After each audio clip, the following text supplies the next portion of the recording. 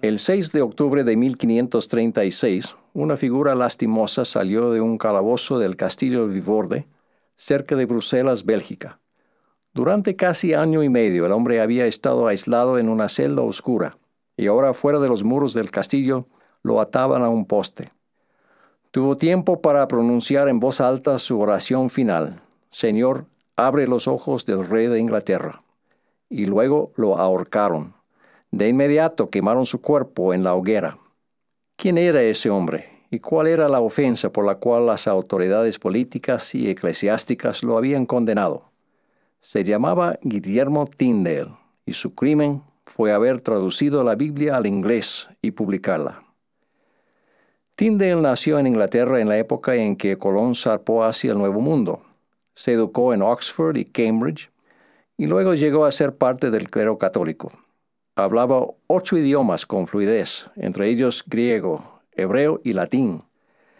Era un estudiante devoto de la Biblia y le preocupaba profundamente la ignorancia generalizada de las Escrituras que observaba entre sacerdotes y laicos por igual.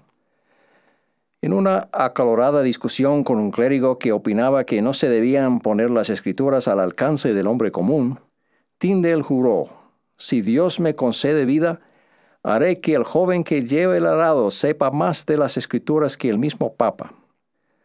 Solicitó la aprobación de las autoridades de la Iglesia para preparar una traducción de la Biblia al inglés, para que todos pudieran leer las Escrituras y poner en práctica la palabra de Dios, pero se la negaron, ya que la opinión que prevalecía era que el acceso directo a las Escrituras por alguien que no fuera del clero hacía peligrar la autoridad de la Iglesia y era como echar perlas delante de los cerdos.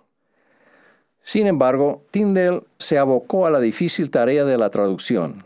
En 1524 viajó a Alemania bajo un nombre ficticio, y allí vivió escondiéndose gran parte del tiempo, bajo constante amenaza de arresto. Con la ayuda de amigos leales, Tyndale logró publicar la traducción al inglés del Nuevo Testamento y después del Antiguo Testamento. Las Biblias se enviaban clandestinamente a Inglaterra, donde había gran demanda, y los que las obtenían las valoraban grandemente. Se compartían ampliamente, pero en secreto. Las autoridades quemaban todas las copias que encontraban. Sin embargo, la obra de Tyndale llegó a ser el fundamento de casi todas las traducciones posteriores de la Biblia al inglés, en particular la versión del Rey Santiago.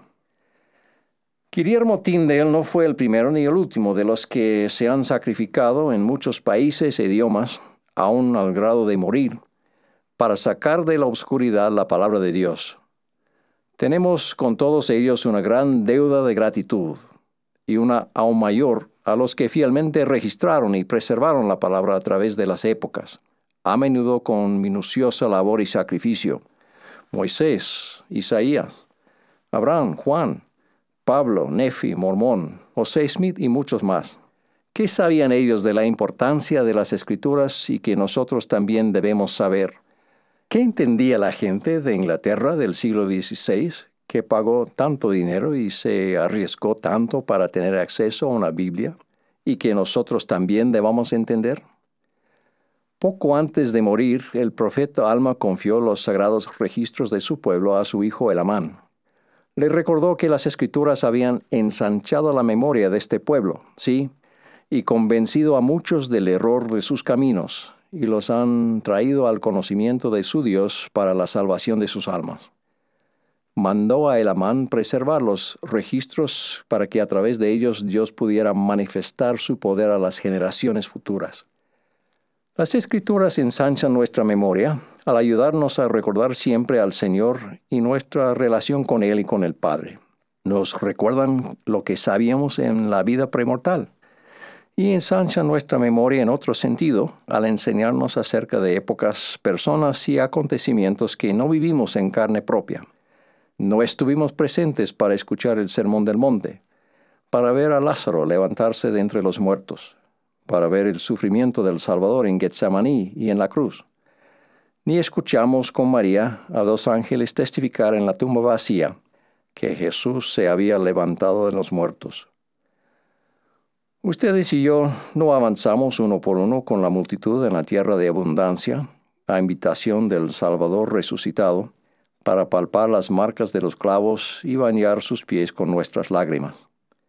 No nos hincamos al lado de José Smith en la arboleda sagrada, ni vimos allí al Padre y al Hijo. Sin embargo, sabemos todas estas cosas, y mucho más, porque tenemos el registro de las Escrituras para ensanchar nuestra memoria, para enseñarnos lo que no sabíamos.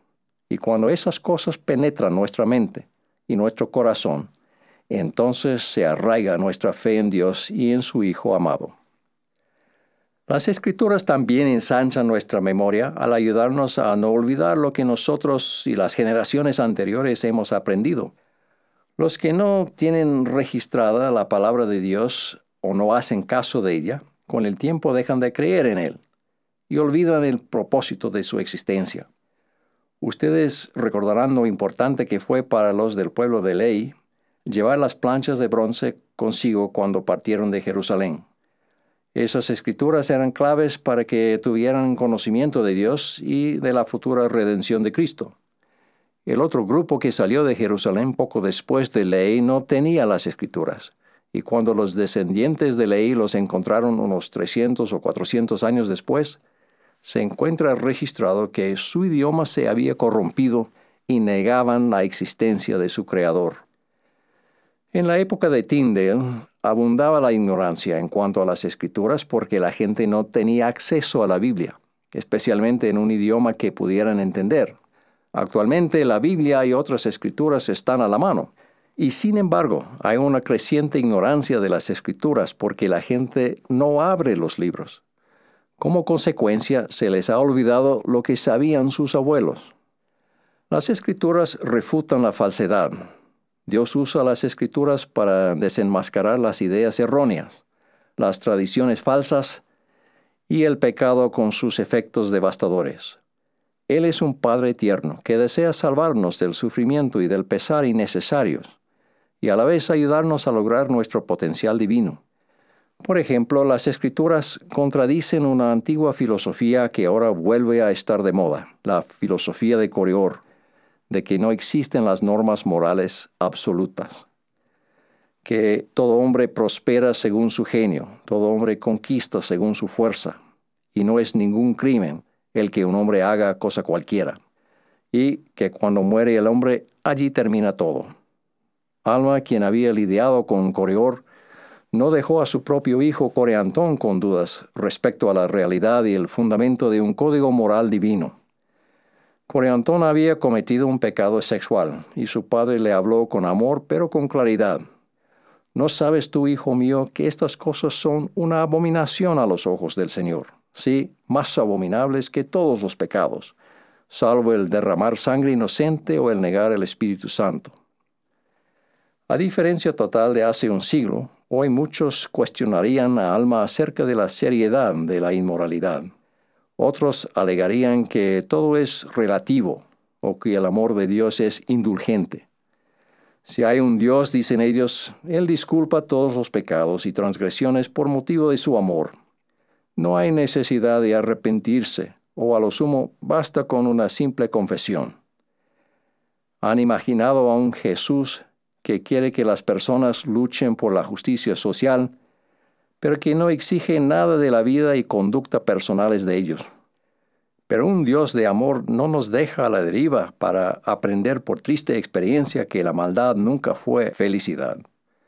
Sus mandamientos son la voz de la realidad, también nuestra protección contra el dolor que nosotros mismos nos causamos. Las Escrituras dejan bien claro que la verdadera felicidad no consiste en negar la justicia de Dios, ni en tratar de evitar las consecuencias del pecado, sino en arrepentirse y en recibir el perdón mediante la gracia expiatoria del Hijo de Dios. En las Escrituras se nos enseñan los principios y los valores morales que son esenciales para mantener una sociedad civil, incluyendo la integridad, la responsabilidad, el desinterés, la fidelidad y la caridad. En ellas encontramos ejemplos vívidos de las bendiciones que se reciben al honrar los principios verdaderos, así como las tragedias que ocurren cuando las personas y las civilizaciones los desechan. Sea la antigua Roma, la América moderna o cualquier otro lugar, cuando se hace caso omiso a las verdades de las Escrituras, o éstas se abandonan, el núcleo moral esencial de la sociedad se desintegra y en poco tiempo decae. Con el tiempo no queda nada para sostener las instituciones que a su vez sostienen a la sociedad. Las Escrituras nos acercan más a Cristo, nuestro Redentor. Al final, el propósito central de todas las Escrituras es llenar nuestra alma de fe en Dios el Padre y en su Hijo Jesucristo. La fe de que existen, la fe en el plan del Padre para nuestra inmortalidad y la vida eterna. La fe en la expiación y en la resurrección de Jesucristo, lo cual hace posible este plan de felicidad. La fe para hacer del Evangelio de Jesucristo nuestro estilo de vida. Y la fe para llegar a conocer al único Dios verdadero y a Jesucristo, a quien ha enviado. La palabra de Dios, como dijo Alma, es como una semilla sembrada en el corazón, la cual produce fe al comenzar a crecer en nuestro interior. La fe no proviene del estudio de textos antiguos como actividad académica, ni de excavaciones y descubrimientos arqueológicos, ni de experimentos científicos. Ni siquiera se recibe al ser testigos de milagros. Esas cosas pueden servir para confirmar la fe y a veces para ponerla a prueba, pero no instauran la fe, la cual viene por el testimonio del Espíritu Santo a nuestra alma, de espíritu a espíritu, al escuchar o leer la palabra de Dios. Y la fe madura al seguir deleitándonos en la palabra. Los relatos de las Escrituras sobre la fe de otras personas sirven para fortalecer la nuestra. Recordamos la fe de un centurión que permitió que Cristo sanara al siervo sin siquiera verlo. Escuchamos el lamento de Job por su sufrimiento. Aunque él me matare, en él confiaré. Y su declaración con lágrimas: yo sé que mi Redentor vive, y que al final se levantará sobre el polvo, y aún he de ver en mi carne a Dios. Cobramos valor al escuchar la determinación de un tierno y joven profeta, odiado e implacablemente perseguido por tantos adultos. Había visto una visión, yo lo sabía y sabía que Dios lo sabía, y no podía negarlo, ni osaría hacerlo. Ya que las Escrituras exponen la doctrina de Cristo, van acompañadas del Espíritu Santo, cuya función es dar testimonio del Padre y del Hijo. Por lo tanto, leer las Escrituras es una forma de recibir el Espíritu Santo. Claro está que el Espíritu Santo es quien da las Escrituras en primer lugar, y ese mismo Espíritu puede testificarnos a ustedes y a mí de la veracidad de ellas. Estudien las Escrituras detenida y deliberadamente. Mediten en ellas y oren al respecto. Las Escrituras son revelación y les darán mayor revelación. Consideren la magnitud de la bendición de tener la Santa Biblia y unas 900 páginas más de Escritura, incluyendo el Libro de Mormón, Doctrina y Convenios y la Perla de Gran Precio.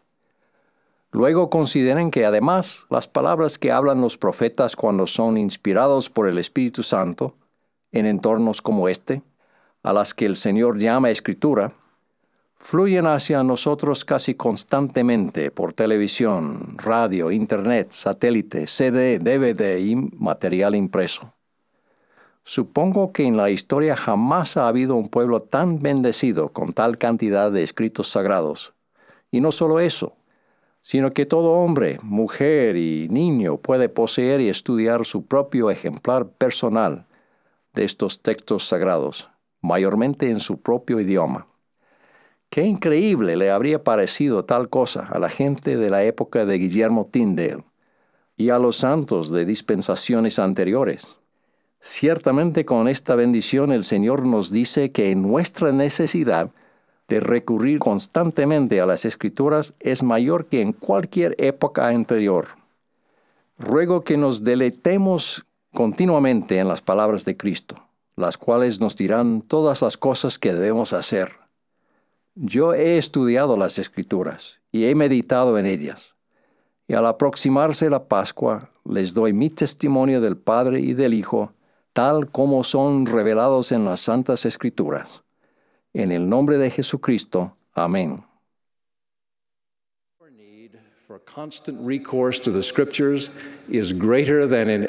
El elder Christofferson ha terminado su discurso en español. Esperaremos que termine ahora en inglés. I have studied the Scriptures, I have pondered the Scriptures, and on this Eastertide, I bear you my testimony of the Father and the Son as they are revealed in the Holy Scriptures. In the name of Jesus Christ, amen.